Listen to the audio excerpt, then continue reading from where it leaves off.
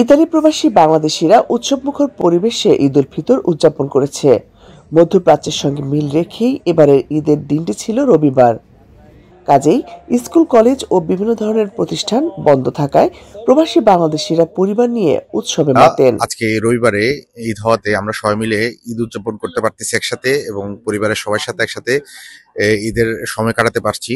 এতে আমরা অনেক আনন্দিত এবং আশা করি সবাই ঈদ ভালো কাটবে।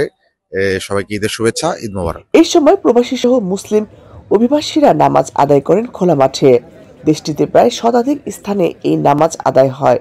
প্রবাসী বাংলাদেশিরা একে অন্যের সঙ্গে শুভেচ্ছা বিনিময় করেন। ইতালির কেন্দ্রবিন্দু পিয়াসা ভিক্টোরিয়া খোলা মাঠে আমরা ঈদের জামাত জাতীয় ঈদগাহ জাতীয় ঈদ উদযাপন কমিটির পক্ষ থেকে প্রতি বছরের ন্যায় এবারও আদায় করছি। আসলে এই প্রবাসের মাটিতেও আমরা খোলা মাঠে ঈদ উদযাপন করতে পেরে খুবই আনন্দিত। সবাইকে অনেক অনেক ঈদের শুভেচ্ছা, ঈদ মুবারক।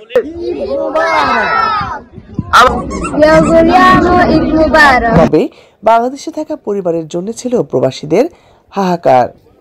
আমরা বিদেশ প্রবাসের মাটিতে আসি, আত্মীয় স্বজন, বাপ মা, ভাই ব্রাদার সবাইকে রেখে বুকের কোণে একটু কষ্ট তো থাকেই, তারপরে সবাইকে নিয়ে চাচ্ছি যাতে ভালোভাবে ঈদ কাটানো যায়।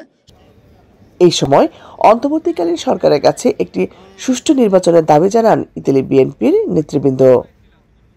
বাংলাদেশের সমৃদ্ধ একটা সুস্থ নির্বাচনের মাধ্যমে সমৃদ্ধ বাংলাদেশ গড়ে পারি। আমরা চাই বাংলাদেশে একটা গণতান্ত্রিক উপায়ে সুন্দরভাবে নির্বাচনের মাধ্যমে গণতান্ত্রিকভাবে যারাই নির্বাচিত হবে আমরা সেই দলকে স্বাগত জানাবো।